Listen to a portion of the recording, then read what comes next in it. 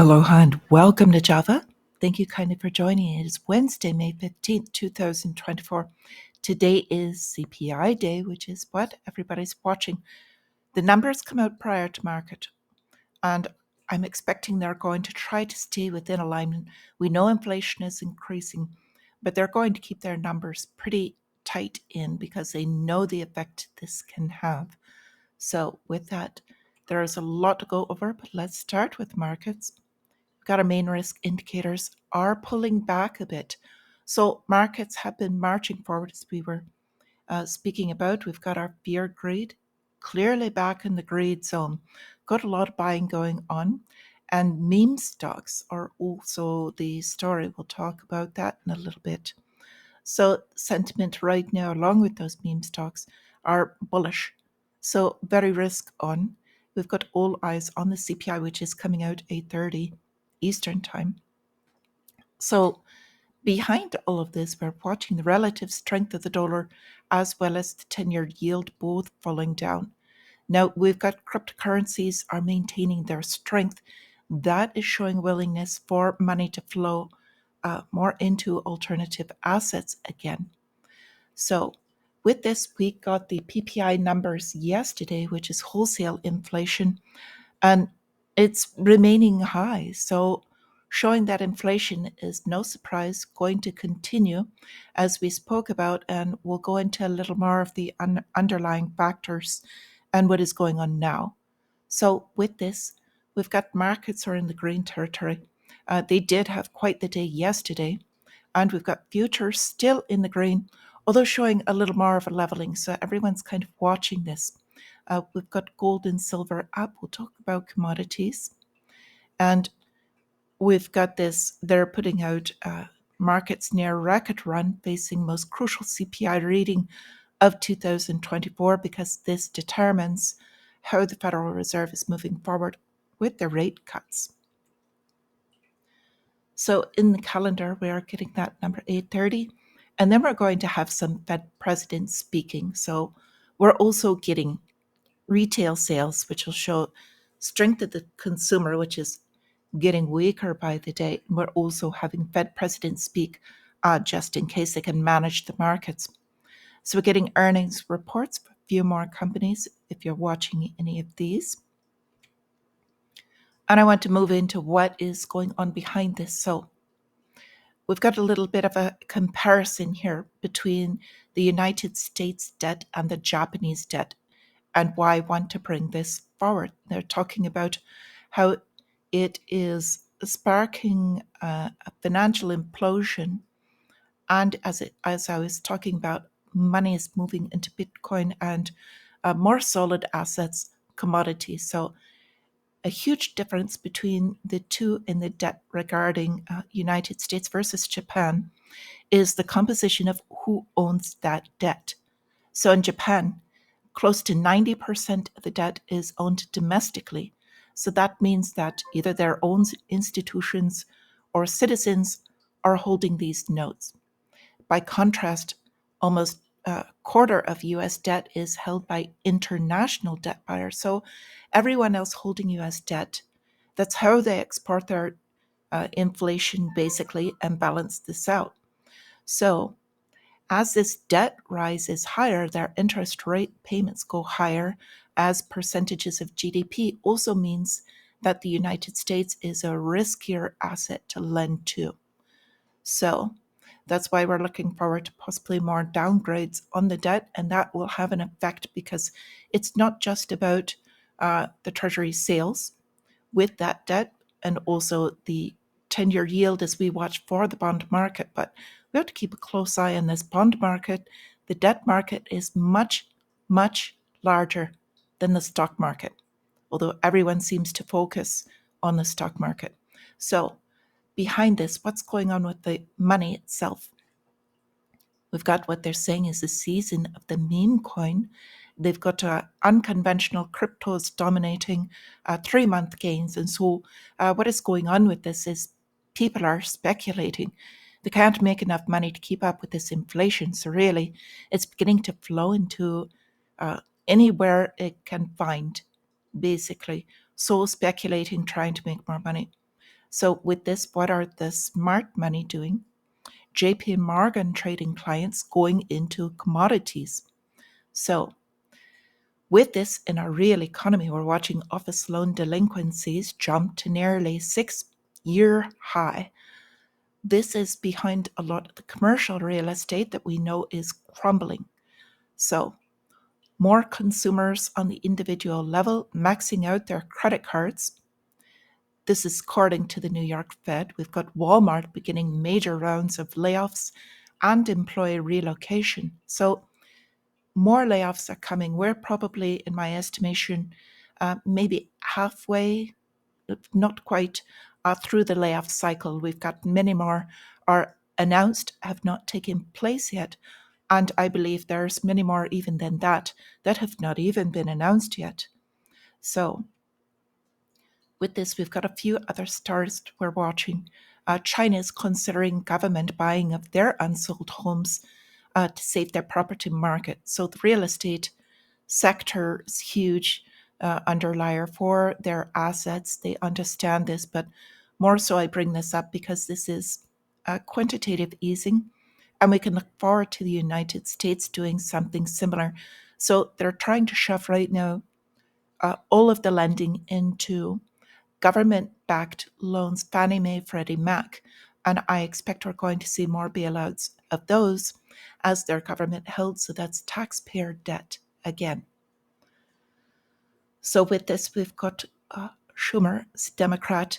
He's got a plan urging billions in spending to challenge China. So as we watch this dollar get weaker, that is, by definition, inflation.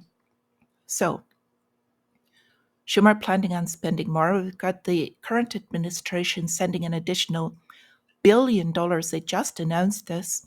This is on top of everything they've spent. New weapons and ammunition to Israel. So all of this is highly inflationary. As they're spending more, then you have less value in the dollars that you have. So with this in contradiction, we've got US inflation data to show a small step in the right direction for the Fed. Basically, they're talking about inflation going down so the Fed can cut rates, but we'll see if that happens anytime soon. So with this is also showing a bit of the divergence and the conflict, if you will, between inflation and deflation. So there's going to be headline news and there's going to be reality, and those two are at odds. So I've got the stock market flashing bullish signals and Bank of America predicting record highs this summer. Well, that's priced in dollars. So that means more inflation, basically. In the meantime, we've got them saying Eurozone inflation is to fall faster than expected. So that is also a danger because if it falls too fast, that means the cycle has ended and it's going into deflationary spiral, which in itself, if it takes traction, would head into the depression, which is what follows these massive inflationary cycles. So with this into commodities, Morgan commodities. So on the one side, we've got the platinum market headed for substantial supply shortfall. So I'm bullish on platinum. I think along with silver and gold, it is also another precious metal that would be good to hold on to, although it's not as liquid. So more of a long-term hold that you pass down to your children is how you plan platinum. We've got copper soaring to a record high. So this is also supply squeeze. However, if you think about it, you need copper for construction and for the production of all of these other things they're making, electronic vehicles. So if that goes up, they're going to cost more. So again, inflationary. So we've got the IEA is lowering oil demand forecast. Oil is needed for everything to either produce or ship. So if oil demand is going down, what that means is less people are using it, less people purchasing it, and this goes along with Eurozone inflation into the depressionary cycle. So I expect oil to go up in price until the demand crushes. Once that demand crushes, it'll swing rapidly into a deflationary spiral. So with this, I've got some other stories I would like to bring out to you. We've got DeFi, that stands for decentralized finance, basically. And this story is about how it may struggle to stay decentralized under a new European Union law. So this law is called Markets in Crypto Assets Regulation, or MiCA for short.